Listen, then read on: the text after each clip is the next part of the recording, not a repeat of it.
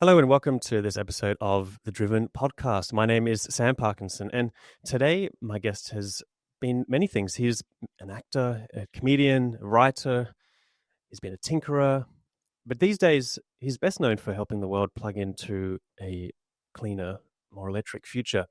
You might remember him as Crichton from Red Dwarf or building improbable machines on Scrap Heap Challenge, but now through Fully Charged, which is now known as Everything Electric, he's become one of the most trusted voices in electric transport and clean energy.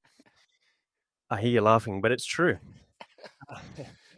He's here in Australia for the Everything Electric show in Melbourne, which is from November 14 to 16. And after years of championing this revolution, I wanted to ask him what's changed and what still frustrates him and what still gives him hope in this space. So, Robert Llewellyn, welcome back to the Driven podcast. Thank you. No, that's right. It's a very overly kind introduction. It's very sweet of you. I think I worry about being the most trusted voice because I sometimes forget. You know, people say, "What's the best electric car?" I don't know. I drove a blue one last week. That was nice. Well, that's why we can trust you because I mean that's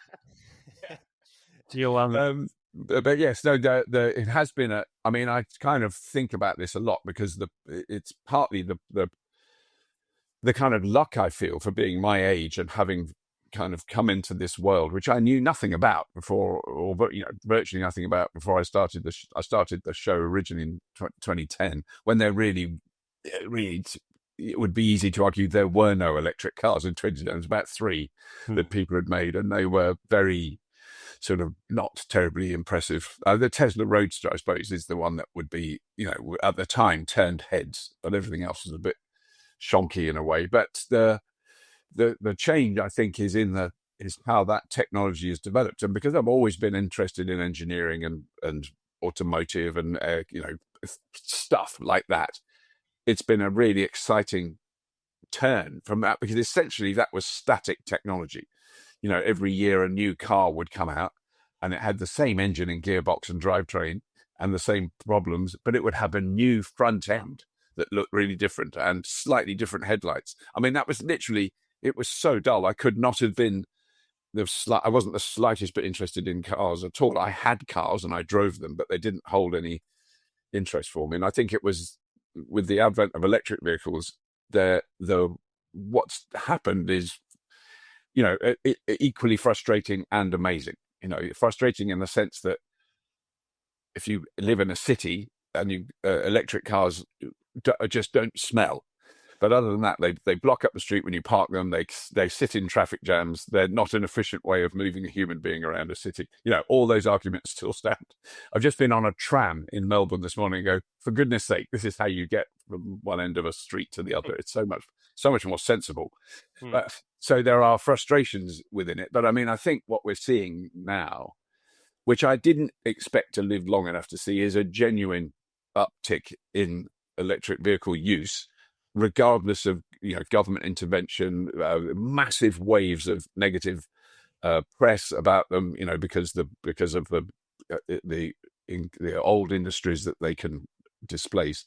It just seems to be enough people if you choose a street in a city, there's enough people on that street who've got electric cars now, and their neighbours are seeing them, and they're not seeing them weeping at the side of the road because the batteries run out. Yes, or catching fire or anything or catching fire, or any of the thousands, and So that seems to be spreading. I mean, the sales in the UK just keep going up, the percentage of sales, and I keep waiting for it to flatten out or stop. But people are desperate to predict on the press, but it's not happening. I mean, it's very noticeable on the streets as well how many electric cars there are. We had a good conversation with Dan Caesar, who's the CEO of it. Yeah. And he noted the importance of maintaining that momentum through subsidies and policy that supports the electrification of transport. Would you agree with that? Yes, I do. And I mean, I think we both think that it would happen anyway. It'll just happen slower. I think that we've gone past the point where it could falter and fail and stop, and then we just see some really old electric cars that no one uses anymore lying in a corner. I don't think that's going to happen. I mean, I think particularly, I've always been really keen to cover other electric vehicles. So, but the buses in London are a very, very good example.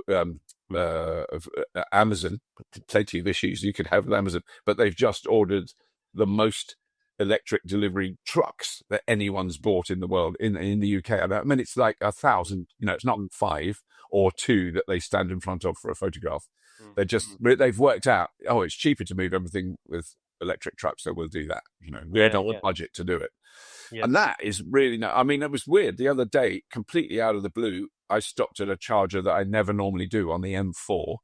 And I went, oh, well, I'll stop there and we were filming a car. So we stopped there and there was a huge, just enormous electric truck that was charging, but with really awkwardly parked so it could just about get near the chargers. Yes. But I mean, the fact that is on the roads in the UK, and it was a UK registered truck. It was a Mercedes electric truck. Like a van type? No. I'm talking a big rig. Proper truck. Like a proper, I mean, we call them articulated lorries, which now sounds like it's so ancient. Yes. Yeah. So, a truck with a trailer. I don't know a big thing. And yes. That bends in the middle. A big trailer. Yes. I got you. Yes. I think I know what you're talking about. Yeah. So yeah, I mean, the electrification of the commercial sector is definitely something that is really important. It's part of the whole electrification process. From a consumer perspective, do you think that the early adopter excitement era is over, and are we entering this boring but big sort of phase of mass electrification? Yeah, I think so. And I mean, I recently drove the Vauxhall Frontera, and in a way, this is I think what we're seeing, these little pivot points, is that the Frontera, the fully electric Frontera, which was I described it as remarkably unremarkable. It is stripped down because the Frontera electric is cheaper than the Frontera petrol hybrid. Right. And it's not the same cost, which is what they were aiming at. They're actually selling it for about £2,000 less, so about $4,000 cheaper. So if you're going to buy it, and I think this is what we're going to see in the next 5 years, that if you go to a car showroom of a big dealership and a big brand that you've heard of, you'll go, do you want the cheapest one, and that'll be the electric one, or do you want the really expensive one that costs a fortune to fuel and maintain and will constantly go wrong? Those are over there, and they make a noise just in case you need that. Yes. But I mean, I do think we will see now, the cheapest vehicles that you can buy new will be electric rather than petrol ones, and that is a big shift. Yeah, not necessarily looking like spacecrafts either. No. And for those who have been listening to this podcast regularly, they would have heard me a few times talk about some vehicles that I particularly like this year. And for one of the reasons being is that it's not trying to be like a spacecraft or something entirely different. It feels familiar. There's a couple of vehicles from Skoda, for example, which I thought were great examples of really sensible vehicles that wouldn't be a stretch for anyone to hop into, but are also just economically quite sensible. And then it kind of makes sense if you compare it to their ICE counterparts. Yes. So I mean, it's been 10 months since the Everything Electric show has been in Australia. That was when you in Sydney. Since in that period of 10 months, that can be a long time in this space. What has changed in your view since earlier in 2025? I mean, I think what I was just mentioning, the cost reduction. I mean, we went to China in just after we were in Sydney, not long, maybe a few weeks after we were in Sydney, and I was there with CATL, the battery makers, and when you see what will come out in the next couple of years. So they told us about the sodium ion battery, which we weren't allowed to talk about until it was announced fairly soon afterwards. So, I thought, oh my God, an exclusive. And by the time I got around to mentioning it or writing about it, it was not exclusive at all. So I'm not a good journalist in those terms. But, the cost drop. So if you go to the very extremes, it was about $1,800 a kilowatt hour to manufacture the batteries, just the cells in 2010. And what CATL are claiming, and I haven't seen any proof of it, but also I haven't seen any doubt in it, is $10 a kilowatt hour. So if you go from 1,800 to 10, that's an economic shift that no other industry can battle with. I mean, that's Sounds like a too. typo. It sounds too good. It does sound like a typo. They were insisting that they are manufacturing sodium-ion batteries. And I mean, they are. So what they were making those for primarily was not motor vehicles or automotive. It was static storage. Sure. But that means that a city could now afford to buy a 100 gigawatt hour battery system. Wow. Or something. It becomes economically viable to have batteries that are on a scale that we can't really imagine. And the kind of early large batteries, like the one Australia led the way. The Hornsdale battery was the first really huge grid battery. Well, that is tiny now in comparison with what's being installed now. It is, and that has been so quick, that change. Yeah. And I think it is interesting that really out of all the technologies involved in electric vehicles, it's the batteries that have really changed the most dramatically in the last 15 years, and the materials in them. So sodium ion contains no cobalt, no nickel, all the kind of contentious battery minerals that have been discussed in the past. Just doesn't have them. And I talked to one of the engineers there about recycling. I said, people are always very anxious about, can you recycle batteries? He said, well, you can, but why would you? And I went, well, that's a bit much. And he said, well, it's salt. We'll get some ore. Yes. It's like super abundant material that they're making out of. So yeah, and it's not just because they're cutting their profit margin. I mean, CATL. We were at the not the Everything Electric. That's the one coming up in a couple of weeks, but the energy show rather, which was also in Melbourne a couple of weeks ago. And this is the largest sort of energy exhibition in Australia. And a lot of battery storage and solar companies there. And CATL had this booth in the middle, and they constructed what looked like a 3-story building. It was monumental, and I think it kind of really symbolized just how much momentum CATL and it's so huge. For this reason, batteries just becoming a lot more ubiquitous and cheap. It's the kind of central thing. I mean, what was really, I think, symbolic for me was we'd been invited to go to their R&D center. So in my mind, I'd been in China a few days by then. I went, oh, this is going to be impressive, like a large office block or something. And we then drove down the side of a building that took us 10 minutes. It was massive. And that was the R&D center. That wasn't one of their manufacturing centers. Yes. And we were in one corner of it. I mean, they didn't let us see very much, but it was just mind-boggling, absolutely mind-boggling, the scale of it, and how new everything in China that we saw was like, 10 years old max. That was old, it's just that's just been built. I mean, I think that center is probably 2 or 3 years old. I mean, it was just phenomenal. The scale of it, I think, is hard for people outside China to understand how rapidly they have moved. Yes, it's funny. There's such a rapid, so much happening in China, on the outside of things at the moment, and really until you see it in person, which I haven't, for the record, but we have had some of my colleagues from the Driven go there to visit China and see what's happening over there, not just in the consumer but in the commercial industry as well. Bus and trucks, as he said. Yutong, who are the largest bus manufacturer in the world, own 90% of the Chinese market. They have a very big electric agenda as well. So there's a lot happening there. On the flip side, from the consumer perspective, or at least in Australia, there has been a little bit of lag, I'd say, maybe consumer hesitancy. Some people would say a slowing of the transition. What would you, not to pin you down on the question, but I mean, you've met with ministers and civil servants and CEOs. Do you have a view as to who's really slowing that transition down? Because it's not the battery manufacturers in China. No, or the car makers. No, definitely not. I mean, it's such a weird matrix of pressures and arguments. I mean, I certainly think, for example, if you just take the European legacy car makers, they are definitely swinging. Well, most of them are definitely swinging. They're going, the future is electric. Volkswagen, big time. And Renault, the new Renault 5 is just, I know, because I think it's not available in Australia, is it? I mean, it is unfairly a brilliant car. I don't want to go on about it too much for Australian audience. It's not. Sure, yes. I had one for a few weeks and it was It was just it's an amazing car. It's just, Mm. and that is cheap, and it's small, and it's light, and it's so easy to park, and it goes a long way, and it drives really nicely, and it does look a bit like a Renault 5, and all those things. They've just got it absolutely spot on. Yeah. But I don't want to get too wet over that. But I think internally, and this is, I'm hearing this anecdotally, I have no proof, but internally there are huge rows going on in those companies, and there is a very big, in effect, pro-fossil lobby within car manufacturing.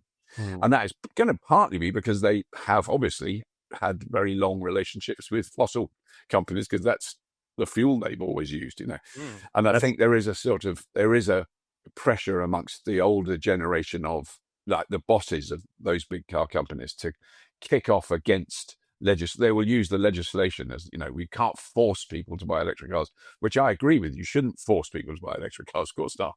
But we have been forced to use fossil fuels for the last 120 years or something.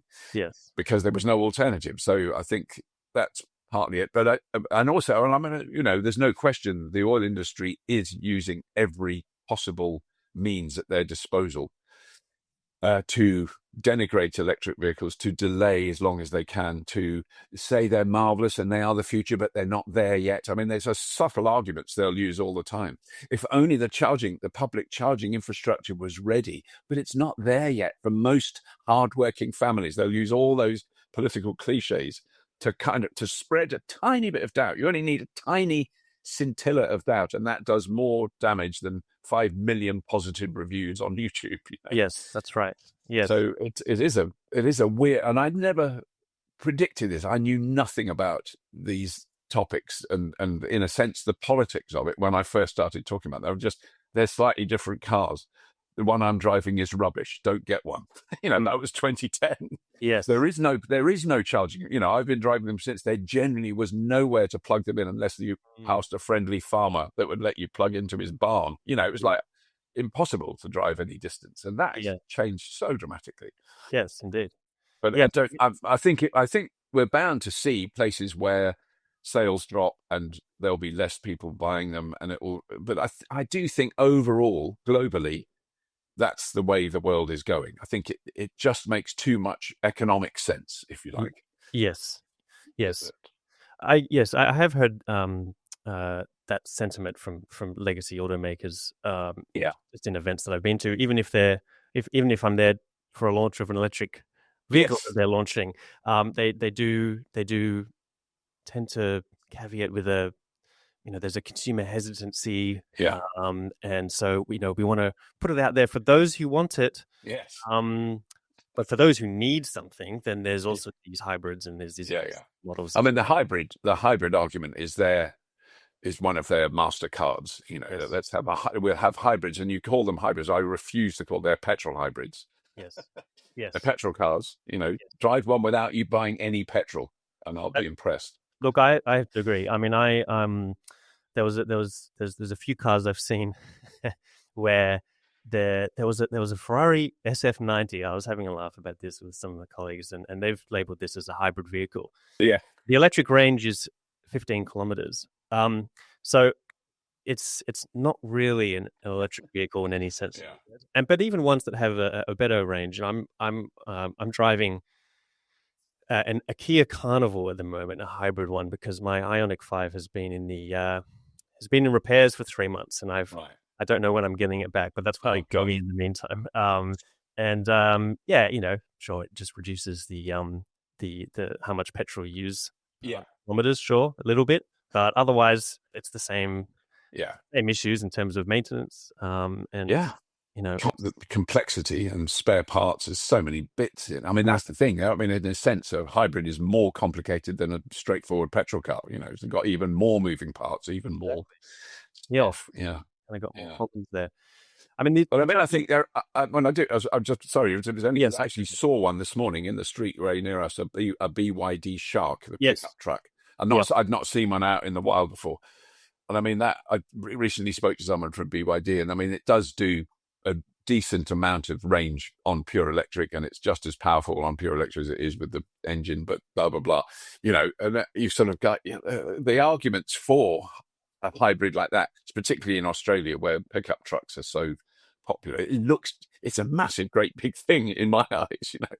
Yeah. But if everyone in Australia drove that, the overall consumption of imported, expensive, toxic fossil fuel would diminish Indeed. somewhat. Yes. Well, the Shark is a popular vehicle Yeah. in Australia because, as you said, we and as I'm going to sound like a broken record. Almost every episode, I mention Australia's obsession with utes and with these. The Shark is a hybrid that we have covered because, as you said, it does have a reasonable, an actual sort of electric kind of range, which is different to others. But it'd be nice to see some fully electric versions come. There was a Deepal EO7 which I drove a couple of months ago, and it's sort of it's a hybrid in the sense that it's a hybrid of an SUV and a ute, but it's a fully electric vehicle. Right. It's an interesting car. It's not any more expensive than buying a Ranger, a Ford Ranger, or Right. Okay. or a Hilux, really. No. And it was really nice to drive, but it's I think they've tried to combine SUVs and utes, which they know Australians love. Right. Combine it into the one vehicle, and the question is that gonna stick? Right.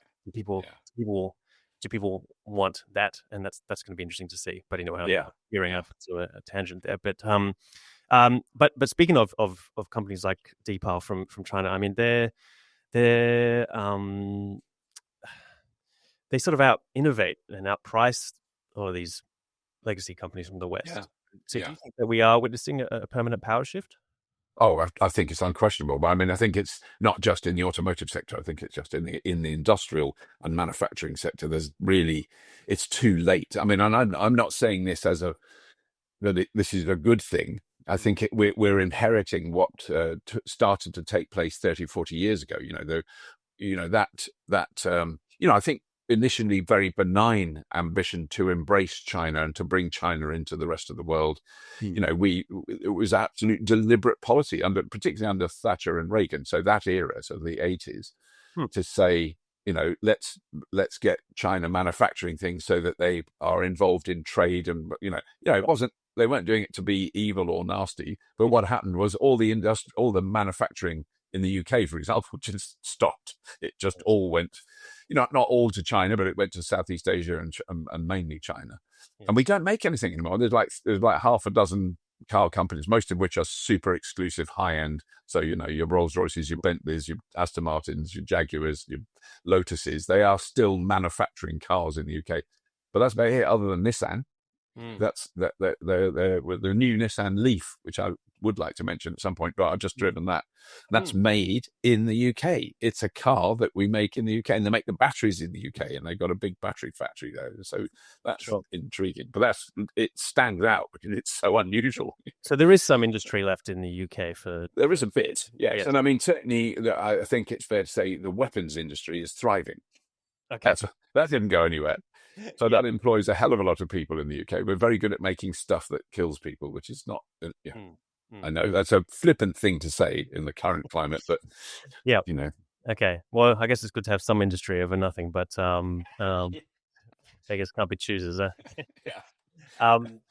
Yes, of course we don't have much of a car industry left in Australia at all. In fact, and we do have some mumblings from some of the conservative politicians in Australia who have said, well, we need to restart the manufacturing in Australia. But it's I think it's probably too late. I think that's done and dusted from that perspective. I mean, how can we? It's very hard to see. Yeah, I mean, because what would be amazing, which would make so much sense, is if there was a huge battery factory in Australia. Sure. That was relatively near the source materials. Because you've got all the material, you've got the raw materials here. And it's, Yeah. Well, we can certainly contribute in the form of components and yes, sure. Yeah. Building. When I first visited Australia, which was probably before you were born, in the late 80s. But my mother-in-law had a Commodore that was built in Australia, and all the not all the cars, but the majority of cars you'd see on the road were made. So Fords and General Motors, Fords and Holdens, were the two, and they were I'd never seen them before, and I remember renting of Ford that now looking back was not a well-made car, and the interior was terrible. If you reviewed it now, but it had a massive V8 engine in, which no cars did in the UK, so it was this thundering beast, sort of rent a wreck, Yes. battered old thing. But yeah, they're not around. I mean, there are enthusiasts that have kept some of that era of vehicles going, but they're very rare now. No, I mean, you're right. There's a very big loyalty to car brands in Australia, and Ford and Ford are sort of like the Liverpool and Manchester United, to try a UK sort of term in terms of the rivalry, and you have a side, and that's the car that you bought. And I mean, you said before that the transition isn't just a technical one; it's a cultural one. So what does that mean in practice? How do we keep people emotionally on board? Because this is an emotional. It is a big aspect of. I mean, that's because of the huge popularity of a show like Top Gear, which is sort of about that. It's very much about the emotional relationship with the car, rather than, when they talk about the technology, it's kind of, that's a bit of an aside. Does it make you feel amazing when you roar around a disused runway? Which I think, generally speaking, not many people do.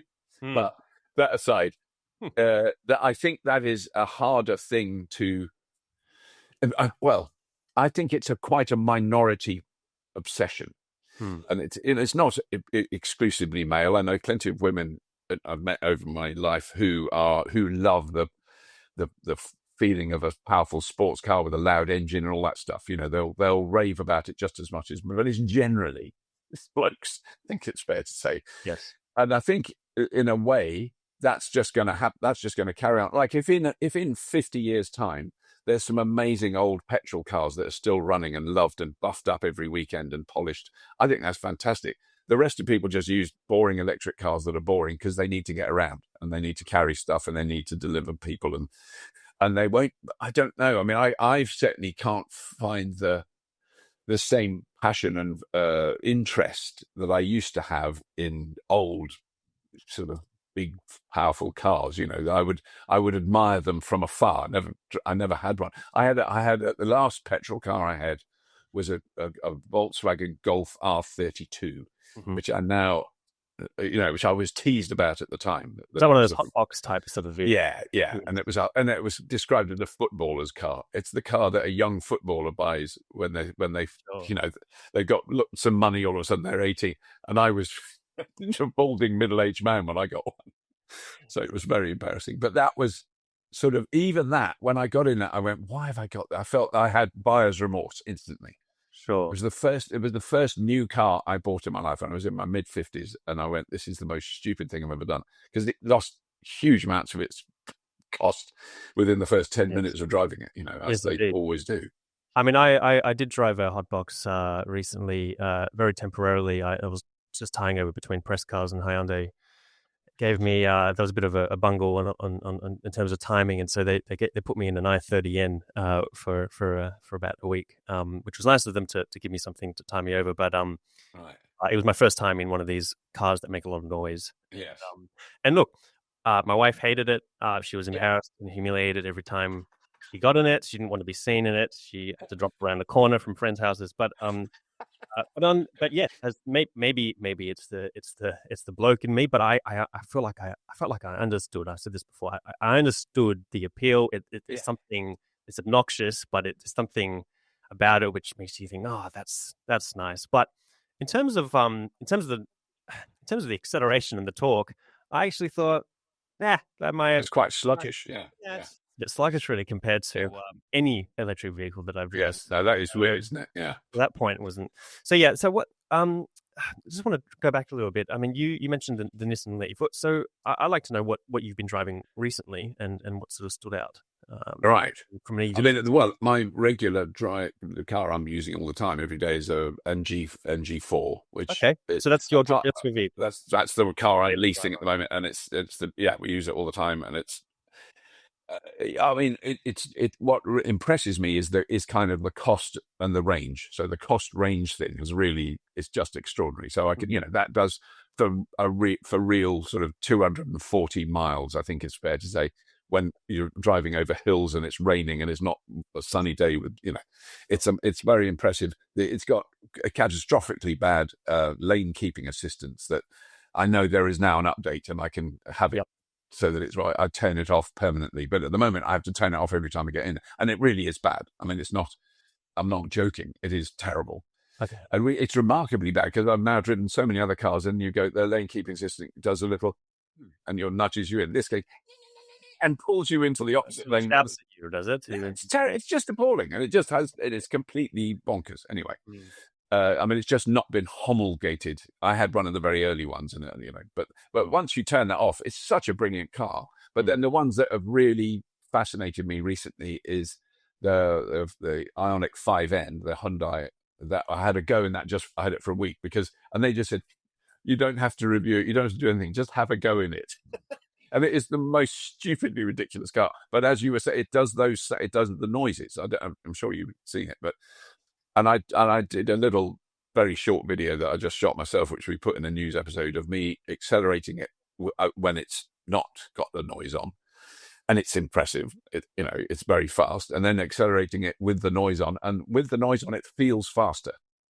You're convinced that you're going faster. And I was going, oh my God, I can't win, because it's doing all that, and you can change gear and all that stuff.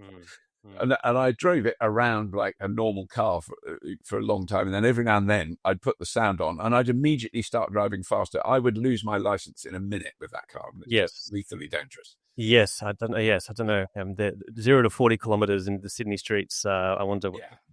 You'd be able to be. You'd only be able to have your foot on the pedal for about a second before having to brake. Yes. That vehicle was actually one of those vehicles where any legacy car journalist, and I don't want to.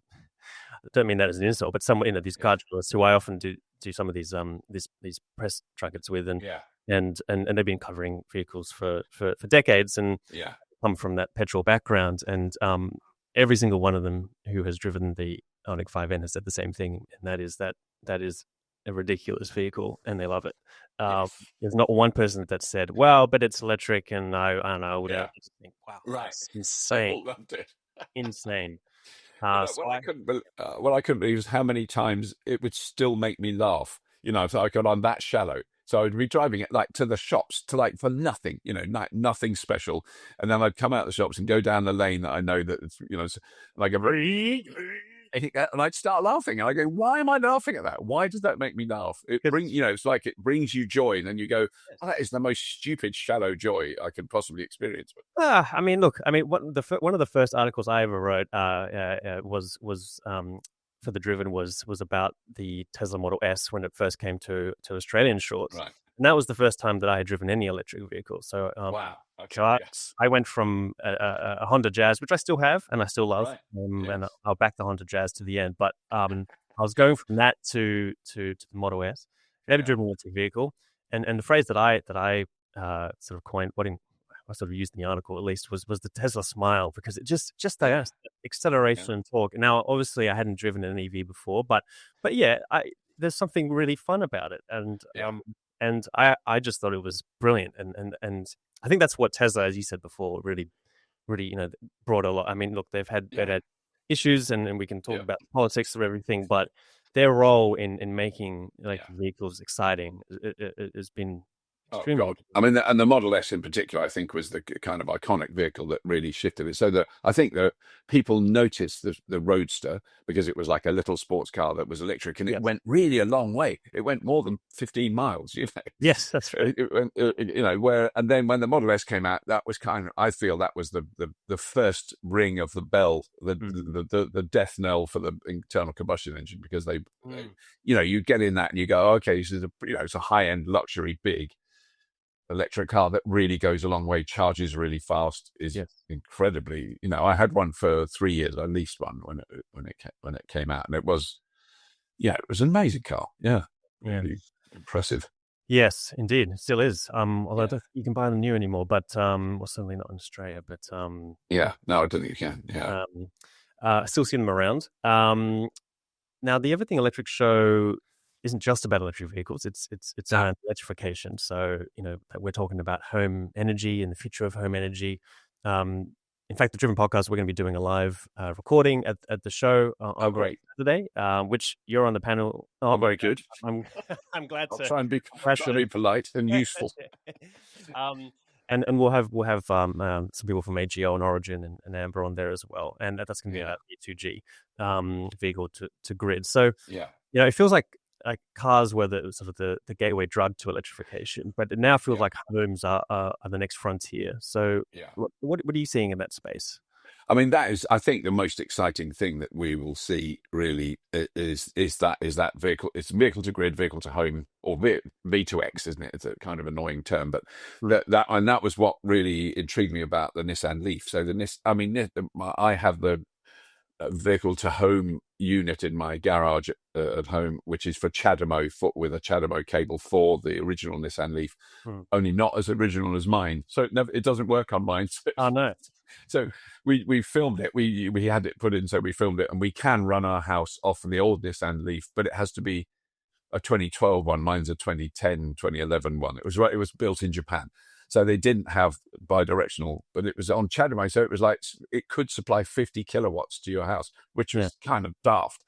Whereas this latest Nissan Leaf and the box, they will be running their first experiment in the UK of multiple Leafs in one area that the local grid can take it power from, with a deal with the owners that you get paid for the electricity at high price times, all that stuff. Yes. But I mean, it's the most sensible thing we can do with cars. I think if we're going to have cars, which there's no question we are going to have cars, and I'm talking for the next sort of 100 years, it has been the most daft aspect of combustion cars is that for 95% of the time they're not being used. They're just sitting around in the way, looking ugly and messing up streets. That's really what our relationship with cars. And if you own a car and people have cars, then you don't use it all the time. And I didn't even think about that one in the past before I sort of got involved in this area. It never occurred to me that I only used the car I bought for 5% of the time. That is a pathetic use. Whereas if you can plug it into your house and then, or plug it into the street, and then the local utility can use the power in that. And we're talking tiny amounts per car. But one of the discussions I've been involved in around this, which I'm sure we will talk at the show, is, if you have, say, 2 million electric cars plugged in at one time, and you can take 1 kilowatt hour out of each of them, which is about 3 to 4 miles range. So it's not draining the battery. It's taking a little bit from each one. That is like 4 huge nuclear power stations worth of energy. That is 2 million kilowatt hours for an hour is a vast amount of power. Yes, and that could easily be in a country with 10 million electric vehicles. If you can use the power from 2 million, it's enough to kind of nearly run the country. What we're looking at now, which I think is the two big stumbling blocks we've got with electric vehicles, it's psychology and legislation. So the technology works. It's not even. It's the psychology of human beings. I don't know if it's right for me. I'm worried about the charging. They're all psychological issues which you can either argue against gently or say no, don't get one. You're right. You're not ready, or whatever the situation is. And then the legislative one. So that's what's holding back power going from a home into the grid in the UK is legislation, and it's the way that that market was developed, which it makes complete sense because it was developed. The legislation was developed around big coal-burning power plant, lots of pylons with power going them to a substation, to a little wire, to your house. That was the model. And now your house is sending it the other way. Well, that messes up that model. Yes. Makes a right mess. And the same thing has happened in Australia big time with solar, because your solar adoption is so much higher than anywhere else in the world. It's made a mess. It's a disruptive industry that has thrown everything out the window. Yes. Still trying to figure out what to do with all of it. So it occurred to me at a moment where I was driving one of the bigger EVs that on a press line. I think it was the EV9 or the IONIQ 9 or those things, and it just occurred to me that I'm actually driving around the equivalent of almost 10 Tesla Powerwalls. So when I park it in the garage, what's it doing there? Doing nothing. 10, people have 1 or 2. I've got that much. In the vehicle, it does make sense, doesn't it? So there are some trials happening and have happened around V2G in Australia. I know that in the UK they're there has been some too, and there's the Yeah. Octopus has done one. I think it's one of the first ones where there's been a requirement for the user to plug in for a certain amount of time. Yes. So we're still very much in the It's the very early days of it. phases of it. Yeah. I think that's those psychology barriers are part of it. But as you said, policy legislation and warranties, I think, are a big key to the solution. Yeah. So one of the things that occurred to me was, what does it mean for my battery? I don't want to degrade it too much. Yeah. But if the car manufacturer is offering the same warranty, if I'm using V2G or not, in these trials they are, then what do I have to worry about? I mean, that was one of the things at the Nissan Leaf launch we attended when they discussed that aspect of it, and there were lots of questions. What was interesting was there was a huge amount of interest about it from automotive journalists, which I was surprised at. Yes. But they all wanted to know, what about and can you tell us more about this? Well, what they said was, if you imagine you're in the Nissan Leaf in slow moving traffic and your car's going under like 1 mile an hour. That is the pressure intensity on that battery when you've got it plugged into your house. It's like barely touching it. It's so little, because it can produce this vast amount of power that will accelerate what is effectively 1.5 ton car. If you imagine pushing that, it's quite hard. And that's where it uses this enormous amount of power, but it can also just dribble out a tiny bit, And if you drive a Nissan Leaf at 1 mile an hour for days, you would do probably 1,000 miles range, but you'd be so bored. Yeah. So for those traveling from Sydney to Melbourne for the show, just drive at 1 mile an hour. It'll be fine. Leave today, and we'll be there in time. That's amazing. It just feels like there's utilities, like tech companies and car makers are all fighting for control of that same socket. Yes. So who wins that struggle in your view? Do we know? Yes, I don't think I think it's too early to know, because I think I sort of have a suspicion it's going to be the power companies. So the Embers and the Octopuses of the world have got they've got the understanding and the knowledge of how that system works. It's got to be. I mean, it should be a combination of everyone should work it out together. So, which I think is happening to a degree.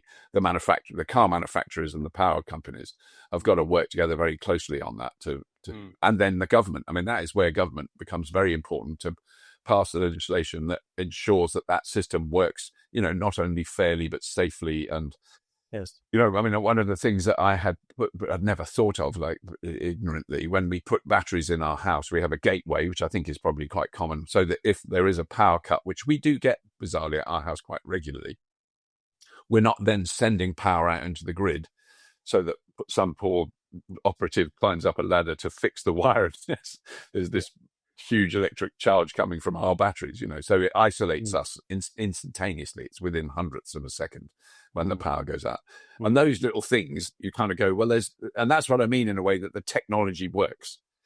That would have to be installed in, all those systems to make vehicles to grid, financially sensible, safe, beneficial to both the power company and the owner of the battery. That has to be, that is kind of feels like there's a whole new lot of legislation that needs to be put in place around the world to do that. And I think that's probably the next big move, We touched briefly on misinformation and how hard it can be to undo.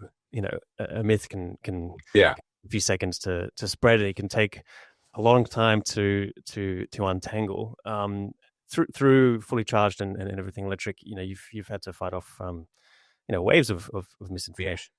From battery myths to grid fear mongering. How do you decide what's worth debunking and what's better to ignore? I mean, I think now I kind of ignore it all because it sort of feels irrelevant now. And I mean, but I also genuinely think it's diminished. The stories aren't holding up. They don't have the weight they once had. So if someone says, I wouldn't have an electric car because it bursts into flames, you go, well, I don't know what world you live in, but it's not worth me wasting time discussing it with you. And I had a wonderful little example recently when we went to a big kind of local sort of event near where we live, and a very posh upper class lady got out of the car, and we knew her friend. That's how we met her. And she said, "Oh, you got an electric car. Expect that'll burst into flames." This is literally as we're walking into the the cafe that we were meeting in. I'm sure that would burst into flames. But in one sentence, she then added, "Oh, I suppose I shouldn't believe everything I read in the Daily Mail." I didn't have to answer. She did the answer for herself. But she had that instantly. Electric cars Yeah. burst into flames. Oh, wait a minute. Maybe I have seen some electric cars, and then none of them were on fire. Yes. But so it is I think we're fighting a winning battle. Yes. But it's a very slow win, so there will be pushback. I can understand. I've always said this. I can totally understand it. If you work in an oil company, and I mean, I think it was 2024. There's lots of reports about it from various places. Aurora Energy, that was the first place I saw it. But there was a 1% drop in oil demand last year that was nothing to do with a pandemic or a war or an economic upheaval. It was they're not buying petrol. And this is mainly focused around Southeast Asia. So it was scooters, mopeds, rickshaws, and then electric vehicles, cars. There were enough of them to actually, they didn't buy as much oil as they did the year before because they were. And I mean, certainly that was the thing that struck me the most in China was the sheer number of I think it was just the number of electric scooters. So there was lots and lots of electric cars and trucks and buses and everything. That was I kind of expected that, but I hadn't quite envisaged the sheer vast numbers. So you would walk down a busy street in central Shanghai and there were literally thousands of scooters going past all the time on little scooter tracks. We're talking about these moped type scooters, or you like mopeds and like what looked like Vespa scooters, old-fashioned Italian ones, that shape, but then lots of like motorbikes, lots of mopeds. I think we're not talking fast, powerful motorbikes. We're talking little commuter bikes, and they've got swappable batteries. They all use the same battery. You go and I saw that happen. So they ride up to a thing where outside, like a little convenience store, there's a box. And it has hundreds of orange things with handles. And you see an old lady get off a scooter and she goes up, takes the thing out from under the saddle, shoves it in an empty hole, takes one out, puts it in her scooter, takes her about 14 seconds, and she's got 100% battery. She doesn't have to plug in. 14 anyway, well, it's really, really quick. We timed her and we reckoned it was 14 seconds, but I'm sure it can take a minute. But but it was the numbers of them, and they were just completely common. And my favorite of all sight was old guys my age in like Mao era uniforms. So they were in the same blue overalls with a cap, and they were riding like a tricycle, like a rickshaw, big thing with a big tray on the back. And Elliot, who we've worked with in China, he lives there, so he knows about this. And they used to have a 2-stroke engine that was terrible, and it belched out smoke, and they always broke down, and they were very unreliable. But they were from the 80s, so they were, the people's transport under the glorious revolution. But they're still but they've all been by law converted to electric, not at the cost of the people who use them. So the government paid to, and that, I think they've got probably 20 miles range. It's nothing fancy. But what is great is every single one I saw, the guys on this thing, and it rattles because it's an old metal thing, but there's no engine. But they all had a cigarette hanging out their mouths.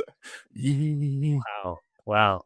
I haven't seen that yet in Australia, but it was that was an amazing sight. It was quite a common sight, and they were always carrying around like boxes of eggs or a load of scrap metal or all kinds of stuff on the back. And they looked very weather beaten and battled. But they were old people, they were old men on these things. But there's just it was like maybe they don't work unless you've got a cigarette. Maybe I think that's powering it, perhaps. No, I mean that the actually, did you know? I didn't realize that. I knew that ICE vehicles were more likely to catch fire than EVs, but actually hybrids are the most likely. Yes. I know that is difficult, isn't it? It's difficult not to mention that a lot. So that we did see a lot of the flammable EVs news stories in all of the legacy media here in Australia. Right. I mean, more recently, we've seen less of it because I think, as you said, that one's been maybe debunked thoroughly, and it's not really a good angle anymore. I mean, there was an article this week written by the Daily Telegraph, who are not traditionally fond of electrification of everything, and they attended an EV show in Sydney last week, and they said it was extremely boring and like washing machines, and I suppose in a way they're right in the sense that They are getting more boring, and like washing machines are going to be ubiquitous and very Yeah. useful and efficient. So I guess Yeah. it wasn't a terrible analogy, but I think that they've sort of started to go along the sort of the communism links to communism, Yes. right? Yeah. Which is Yeah. again, I don't know how long that can last for. But No, it's a very, I mean, it's a fascinating one in the sense that you can, and when people say, I don't want to drive a Chinese car because it will be spying on me. And I say, right, well, I really hope you didn't post that comment using a phone. that's right. Yes, you Yes, carry with you everywhere, you know, yeah, which yeah. is, I mean, that's not to say that we shouldn't be conscious and aware of those things, but it is, I mean, two cars I've really loved.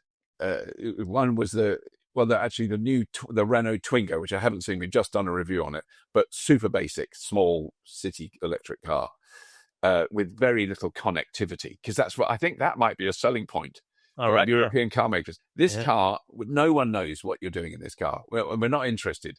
yeah. There's I no mean, cameras. There's no connectivity. It doesn't update. You'll have to bring it in, and we'll have to plug a thing into it to update it.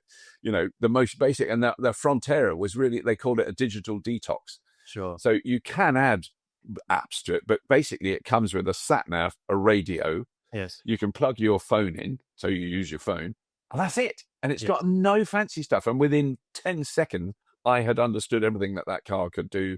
sure, And it's got two settings for the dash screen, which is really simple. And you wouldn't like, you don't. There's a lot of people don't want to know any of that. I want to drive it, and I want to know how fast I'm going and how long, that's it. what my range is, and it shows Yep. that really clearly, and nothing else. And I think the stripped down car, there's a market for the super simple, super stripped down. Not interested in it. I mean, I think this is the problem I have, is when I talk to people who aren't interested in cars. They're not interested in cars, but they use them because they need to get around in one, Yeah, and they don't yes, care anything about that. Oh well, look, it's got amazing Bluetooth. Which I don't care. yes. Well, how far can I drive in it? And how much does it cost to run? That's right. Yeah, Yeah. yeah, There is a big subsection of people who just want yeah. economical. But I mean, in a sense, that's the thing we've finally seen in the UK, which maybe still hasn't quite reached here, is the second-hand car market. Mhm. Absolutely exploded in the last 12 months. It's gone from, well, I think it was something like, which I don't understand percentages, but it was like a 590% increase on the previous year. And it was partly because a huge amount of corporate leased cars they ended their lease. So there was a kind of glut of second-hand cars, but some of them are, very reasonable. And I mean, that's Yeah. my experience of cars pre-electric cars was I didn't buy new. I didn't even know people who bought new cars. I mean, they weren't in my social circle. No. I knew some flash people who'd buy a new bike. Yes. Pedal No. I bikes. mean, That was I've quite expensive. yes. I've same with me. I mean, I bought a new car for the first time a couple of years ago. The Hyundai that I have, but Right. I don't have any friends that I can think of that Yeah. bought a new vehicle. So Yeah. it's not because they don't necessarily have the money. It's just that's just not a thing. Yeah. So but secondhand makes a lot of sense, and I think we're seeing some really good deals actually for EVs Yeah. in the secondhand market in Australia. So I think a lot of people who are looking for that next car might find some good options in. Yeah. And I think one of the kind of big arguments that I learned from visiting China was the argument that, for instance, CATL made. Well, no, you can, I think filter it through your sales pitch filter to sort of. But what they were talking about, they now say they are manufacturing 90-year batteries. So a battery pack that will last 90 years. And what you need to remember when you're buying a second-hand car is what sort of state is the car in, because you might have to replace the car. You're Yes, effectively buying a battery with a car strapped to it, and the car's knackered. The car's done 400,000 miles. Battery's absolutely fine. And I think that because that's still, that one argument is still holding up Yes. wherever we mention that is, well, I wouldn't want to buy a second-hand car because I'd probably have to replace the battery in the first year. And you go, no, mate, you'll have to replace the car. Yes. Well, that might be true of some of the very early, Oh, certainly. very early. My Nissan Leaf has already had a battery replacement. Yeah. But I mean, the argument you can make in favour of the original Leaf was it had terrible range when it was new, and about 10 years later, the range was terrible. didn't get any worse. I don't think it did get worse. It just was appalling anyway. Zero degradation. But it always helps when you start from a low bar. Yeah. I'm conscious of time. The Everything Electric show, which is it in a week now, almost just Yes, over a I week. guess just coming up just over a week. Yeah. So what do you want people to take away from the show? Is it about? It's not about buying products necessarily, or is it just No, I sparking think it's conversations? Is it? in a sense it's about that consciousness. It's about the psychology. I think about it that you go, oh, there really are legitimate, genuine, economically viable alternatives to heating your house with gas, to driving your car with imported fuel. I mean, and these I think make really, it's a really important thing to look at the big picture. You know, we all can't live looking at the big picture. You know, we have to live in our own lives, and you know, I can totally understand it. But the big picture is this country, Australia, imports fossil fuel. It costs a lot of money. That money leaves your economy. Now, it's a benefit to the economy. There's no question. I mean, otherwise, if you stopped importing fossil fuel tomorrow, you wouldn't be able to get anything in. You wouldn't be able to get a lettuce in Woolies. It goes to that degree. That's been moved there on a truck that is using. But if you're slowly moving toward, particularly in this country, that's why it's so obvious, you know, that you could have a truck that moves that lettuce that's powered by electricity that's generated in this country that doesn't cost a fortune, that you're not sending money overseas to do it. There's a really big, powerful economic argument for stopping using as much fossil fuels. You know, even your generation, you're not going to live in a world where we don't use fossil fuel. We're going to use it for many decades. But I just think we need to step down as much as we can. And I think the argument that we try and put across is that it's the low-hanging fruit argument, that you can run all ground transport with electricity. You can mitigate some of the damage that's done in shipping. Maybe we can reduce the amount, but you're still going to be. I think we're going to be using fossil fuel for big ships for a long time. Aircraft, you know. But if you look at where the damage is done globally, ground transport makes a really big, contribution to CO2, to air pollution in cities, to all those things, and we can now today do something positive about that. And then we can sort out shipping, and then we can eventually, you know, in maybe 100 years' time, people will be flying around in a blob of clear gel that goes lights off and is solar powered. I have no idea. Yes. But, you know, I think it's at the moment it's still, but I mean, all global flights, including freight, is about 4% of the problem, whereas ground transport is about 35 to 40%. If you can get rid of that 35 to 40%, that 4% is much less problematic. You know, you're reducing the global stuff. And I think particularly, this is the argument I always want to make clear, is you can make your fuel locally. You don't have to import it, you know. And I mean, the UK, I think interestingly, the UK and Australia are in similar positions, that they're lucky countries, which is a very difficult thing to say about the UK. Yes. Easier to say about Australia. But you have ample ability to produce more electricity than you can poke a stick at in Australia. Indeed. But and bizarrely, because we're on an island with a very shallow continental shelf around us, you know, the other day, offshore wind was producing 72% of all the electricity during a working day when there was a lot of demand. And that meant we were burning literally millions of pounds less gas that we were importing from Norway. Yes. They really don't need the money. Yes. No, they're doing pretty well over there, aren't they? I resent every penny we send to the bloody Norwegians. Well, we've got a funny. I don't know how much you know about our gas market. We've got a very large gas market, of course. Yeah. An export market. So we often, the way it's designed, we get caught short ourselves, and we don't have access to the gas that we're producing and being exported. And we still get very, we get gas price hikes and shortages and whatnot, because it's a market. Yeah, it's a market. Yeah, because that's what, and they're all saying, oh, we've got to start drilling in the North Sea again. Yeah, go ahead, but we won't benefit from it because they'll all go overseas. Right. You know, they're not going to give it to the British people for nothing. Yes, no, nothing's free. No. So yeah, I guess people coming to the show seeing what's available and what's possible now, rather than just this grand part. And I mean, I think from previous experiences, the actual atmosphere at the show is really positive. It is. And I mean, that's not something we can impose on it. That just kind of happens. People go and they go, oh my God, oh, you can do that. Oh, there's that. Oh, I haven't seen one of those. You know, that feeling is there. It just happens. We've just done a big show in the UK. One day was the biggest number of people we've ever had at a show, and it was an incredibly positive experience, and a lot of families as well. I mean, I'm trying not to do a hard sell because I'm really bad at hard sells, but there was an enormous amount of families with kids there, and then we do a lot of stuff for children to make sure that there's stuff that's of interest to them. But no, I was really.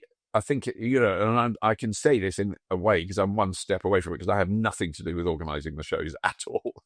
I barely know, even when I'm there, I barely know what's going on. But it's certainly the test drives. We've now done over 140,000 test drives around the world.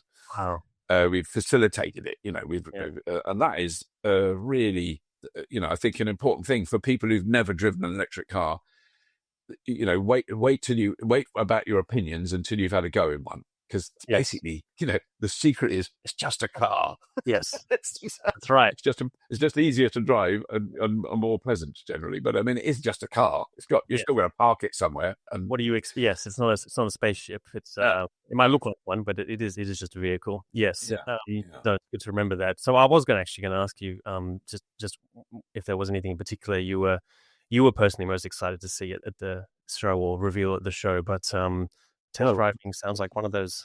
So that's a big plus. And I know, and I can't remember even now what they are, but there's a couple of cars appearing there that I think hadn't been seen in Australia before. Yeah. And but this is one of the useful things from my point of view when they say, don't tell anyone, but I forget. That's one of the advantages of age. In your hands, yes. I'd be a really good secret agent because I could know the most top secret government thing. And they go, do you know what about the government? I don't know. I think they told me. Yeah.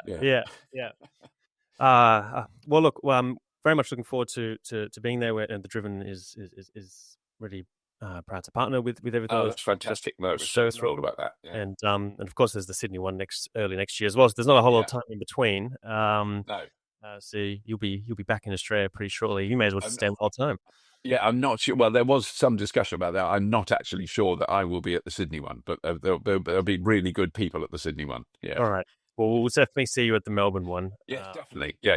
And yes, for those who are interested in going to the Melbourne show on the 14th to the 16th, you can actually pick up a ticket using the code The Driven for 30% off your tickets. That's good to do that. Can I just quickly say that I read The Driven obsessively? So I'm very big. I'm a big user and fan. I'm not saying that for any other reason. It's just the truth.